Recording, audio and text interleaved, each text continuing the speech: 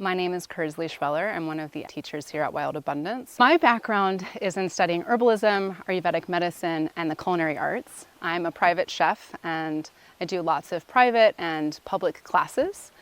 So today, one of the foods that we ate was we had pancakes made from acorn flour. We had a berry compote made from gomi berries or autumn olive berries.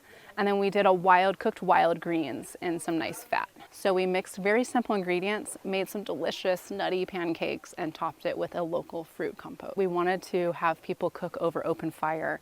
There's something enlivening that we all remember about being around a fire. And it's something that's shared. Everyone, even if we don't cook over open fire at home, we all have shared ancestry of people cooking over open fire because that's just what we had since time immemorial.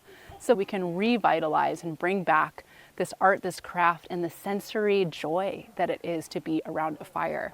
And one of the things that we talked about today was like, what does it do to our bodies to make contact with wild foods? And what do these things really taste like? What does it really mean to take these flavors deep into our body? And what happens when we do that?